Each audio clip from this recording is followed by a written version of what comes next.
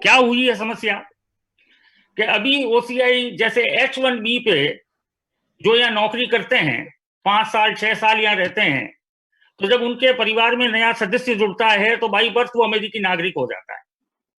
अब उसे अगर परिवार भारत ले जाना चाहता है तो दो रास्ते हैं, ओसीआई कार्ड लेगा या वीजा लेगा। अब यहाँ पे लोगों की नौकरियां चली गई।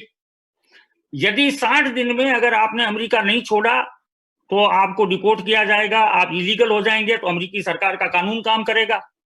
दूसरी तरफ प्रवासियों की तरह हम तो यहाँ से पैदल हिंदुस्तान के लिए निकल नहीं पाएंगे, तो जेल जाएंगे।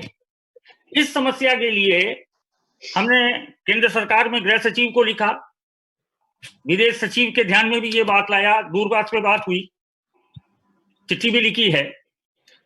आप देखें ये ओसीआई कार्ड को हमें इस एक आदेश से जो पराया कर दिया। हम भी मां भारती की उतनी ही सेवा करना चाहते हैं जितना एक हिंदुस्तानी भारत में रह के कर रहा है।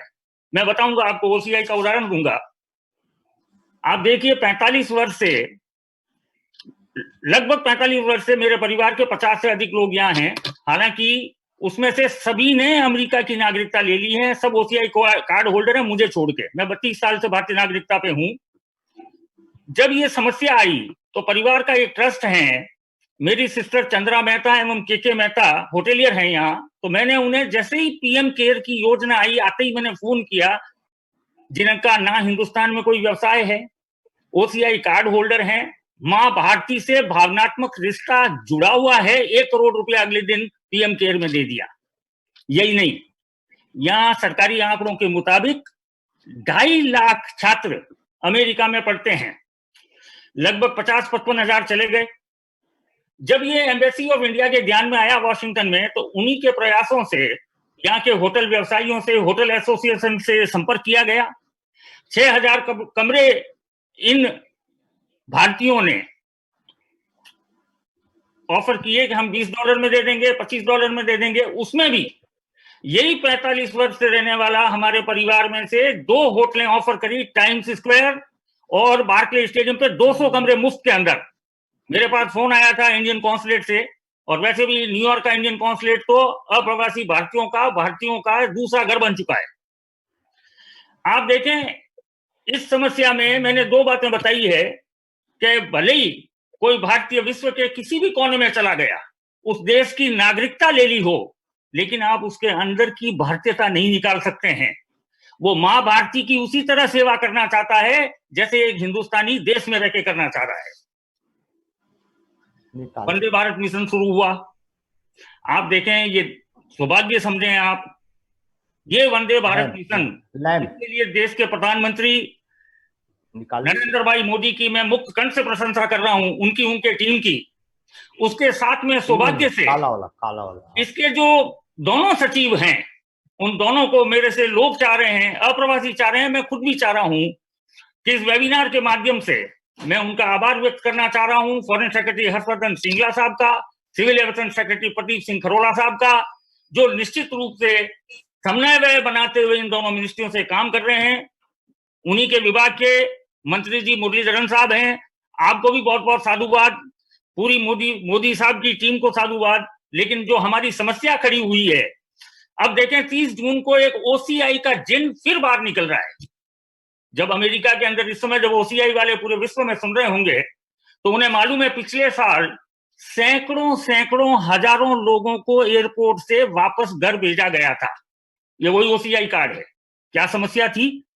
अमेरिका का लीगल पासपोर्ट है, भारत सरकार द्वारा जारी किया हुआ लीगल ओसीआई कार्ड है, पर एक समस्या आ गई, उसमें नंबर मैच नहीं कर रहा है। उसके लिए आपके पास में पुराना अमेरिकी पासपोर्ट होना चाहिए। हिंदुस्तान में तो हम 10-10 पासपोर्ट लेके पुराने हमारे बुजुर्गों को आप देखो चलते हैं, लेकिन अमेरिकी पासपोर्ट जब खत्म हो जाता है तो उसका कोई उपयोग नहीं रहता है, लोग उसे फेंक देता है। उन्हें एयरपोर्ट से भेजा गया। उस समय मैं वॉशिंगटन गया, तत्कालीन एम्बेसडर हर्षवर्धन श्रृंगला साहब से मिला। मेरे वहां उनसे बात करने से पहले उन्होंने भारत सरकार को चिट्ठी लिखी, उस डेट को एक्सटेंड किया गया, 30 जून कर दिया। ये जिन बार आएगा फिर ये एक नई समस्या लेके आ रहा है। तो मैं कृष्ण गोपाल जी भाई साहब जो समन्वय का कार्य भी देख रहे हैं, 2 जनप्रतिनिधि, वास्तव में दोनों को व्यक्तिगत तौर पर जानता हूं, और इनमें वो मंत्रियों वाला सिंड्रोम नहीं है कि साहब बाथरूम में है और बाद में आएंगे। आप फोन करके देख लीजिएगा, कोई भी व्यक्ति कॉल जरूर रिटर्न करेंगे। अगर निर्वाचन क्षेत्र में है तो रात को 2 बजे भी आपके पास कॉल लौटेगी। और मैं आप दोनों के माध्यम से ये चाह रहा हूं कि ये ओसीआई कार्ड की जो समस्या उत्पन्न हुई है, इस पर शीघ्र ये सेकंड फेज शुरू हो रहा है। और मैं ये चाहूंगा कि इन ओसीआई कार्ड होल्डर्स को जाने की इजाजत दें। इसको भी आप चाहें तो फेजेस में कर लें। अब जैसे आज सुबह एक आलिया का फोन आया है, 3 दिन पहले उसके पिता की डेथ हो गई, सुबह 7 बजे उसका फोन आया। वो हिंदुस्तान जाना चाह रही है, उसने ट्वीट भी किया है। इस तरह के कई लोग जो ओसीआई वाले, मैं ये नहीं कह रहा हूं कि इस समय सभी लोगों को अगर भेजना संभव नहीं है तो कम से कम केस टू जो इंपॉर्टेंट केसेस हैं उनको कॉन्फ्लिक्ट इन्वेस्टिगेट करें और उन्हें भेजें। और जहां तक इन H1B का सवाल है, इन्हें तो भेजना ही पड़ेगा, नहीं तो ये जेल जाएंगे। मैं अपनी वाणी को विराम देना चाहूंगा और देने से पहले मैं अब रिक्वेस्ट करूंगा डॉक्टर कृष्ण गोपाल जी भाई साहब से, थोड़ा सा परिचय मैं बता दूं, वैसे तो परिचय की आवश्यकता नहीं है। आपने भी अपना पूरा जीवन राष्ट्र के नाम समर्पित कर रखा है। आपने एक धन्वंतरी यात्रा शुरू करी थी नॉर्थ ईस्ट के अंदर वनवासी क्षेत्रों के लिए। वहां निःशुल्क डॉक्टरों से आप इलाज करवा रहे हैं। संत परंपरा पर आपकी लिखी हुई कई पुस्तकें हैं जो बड़ी प्रसिद्ध हुई हैं। आप बीजेपी के साथ समन्वय का कार्य भी करते हैं। और अब मैं उनसे रिक्वेस्ट करूंगा कि वो आए और अपने विचारों से हमें अवगत कराएं। रमजान का पवित्र महीना चल रहा है। मुस्लिम भाइयों और बहनों को मैं एडवांस में ईद की मुबारकबाद देता हूं। उत्कृष्ट भारत, जय हिंद। डॉक्टर कृष्ण गोपाल साहब।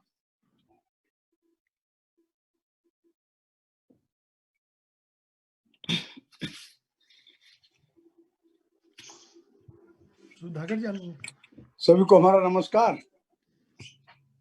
अमेरिका में बैठे हमारे सभी भारतवासी बंधुओं और बहनों,